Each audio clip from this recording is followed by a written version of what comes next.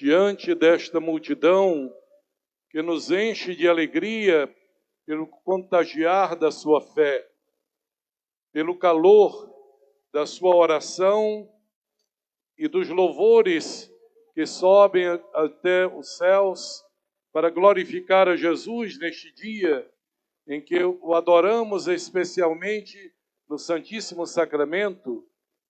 Nós reservamos no encerramento desta procissão eucarística, que já por 2 anos não podíamos realizá-la, reservamos um testemunho de alguém que creio só esta pessoa, dentre todos nós que aqui estamos, pode dar esse testemunho da Eucaristia.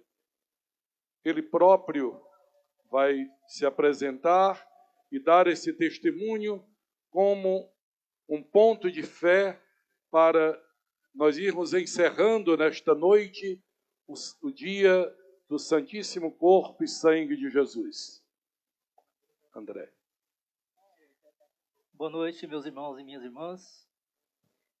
Meu nome é André Aloísio, acredito que alguns de vocês já me conhecem.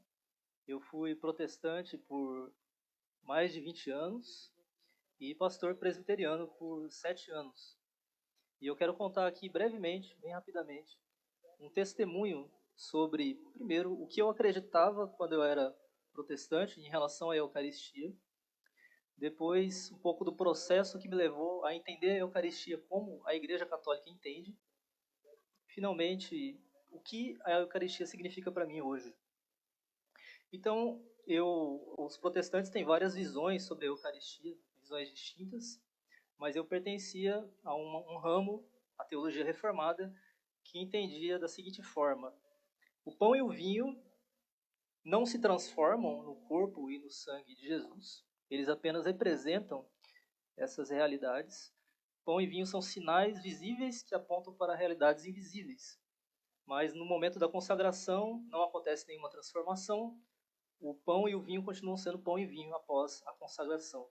Desse modo não havia, no meu entendimento, sacrifício eucarístico. Não havia possibilidade de adorar Jesus na Eucaristia, porque ele não estava lá em corpo, sangue, alma e divindade. E ao comungar de Jesus, eu não comungava dele de forma plena. Eu entendia que era uma comunhão apenas espiritual.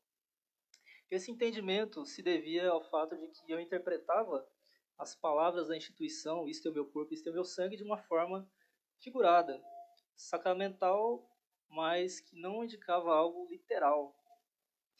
E o grande motivo por trás dessa interpretação, que não era literal, não era bíblico, a verdade é essa, ele era muito mais racionalista. Eu entendia que seria absurdo dizer que o pão e o vinho se transformam no corpo e no sangue de Jesus se o que eu vejo depois da consagração continua aparecendo pão e vinho.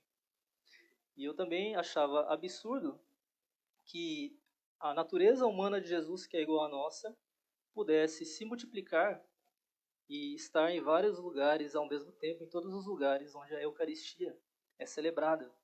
Portanto, por um motivo racionalista, eu entendia a ceia de uma forma, a Eucaristia como algo meramente espiritual, e, portanto, eu via a Eucaristia verdadeira da Igreja Católica como um absurdo, como uma superstição, como uma prática idólatra.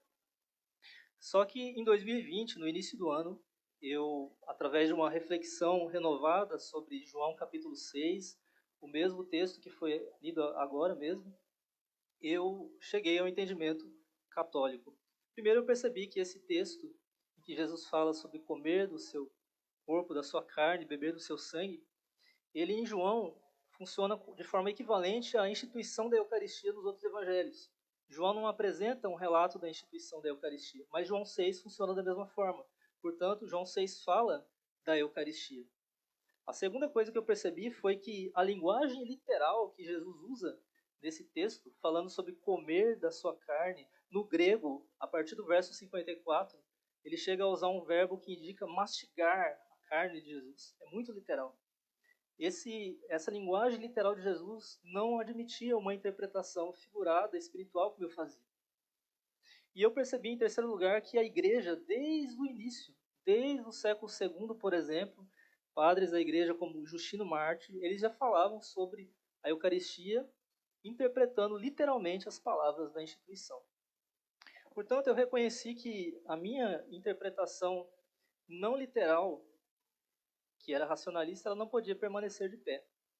Se Jesus transformou a água em vinho, seria impossível para ele transformar o vinho no seu sangue? Se Jesus multiplicou os pães, seria muito difícil para ele estar presente em todos os lugares onde a Eucaristia é celebrada? Mesmo que eu não visse, após a consagração, o corpo e o sangue de Jesus, eu continuasse vendo o que parece pão e vinho, eu deveria crer. Ao Tomé, que queria acreditar apenas se visse e tocasse em Jesus, Jesus diz a ele: felizes aqueles que creem sem terem visto. E, portanto, eu fui levado ao entendimento de que o pão e o vinho, no momento da consagração, eles se tornam o corpo e o sangue de Jesus.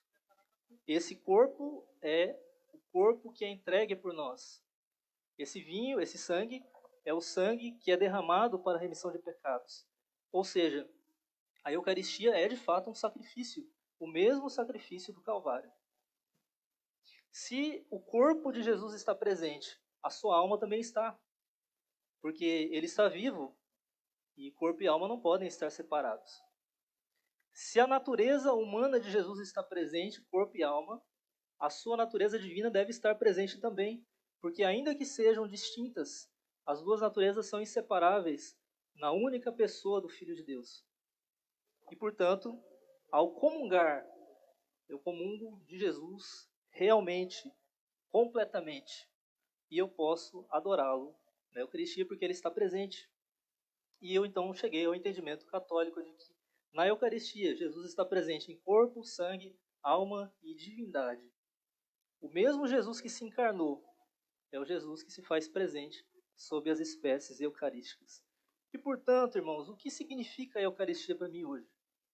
Absolutamente tudo. Porque nela está o meu Senhor Jesus Cristo, o meu tudo. E aí,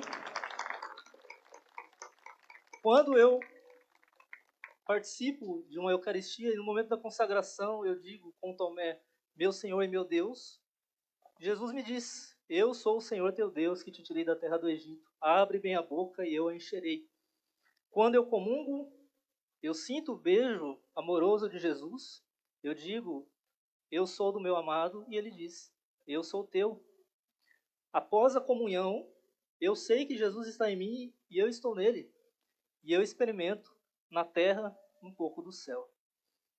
Por fim, irmãos, o maior tesouro da Igreja Católica é a Eucaristia. Por ela vale a pena perder tudo,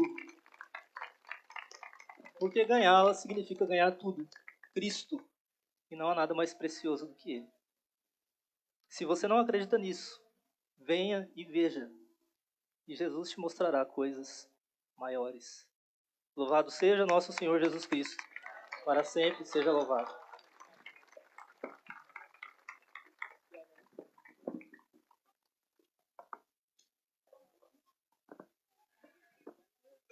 O André Aloísio era pastor presbiteriano e professor de Bíblia no seminário da sua igreja. E ele fez profissão de fé na Igreja Católica, foi crismado e comungou pela primeira vez na noite de Páscoa deste ano. Foi admitido à igreja e nós o acolhemos agora como irmão.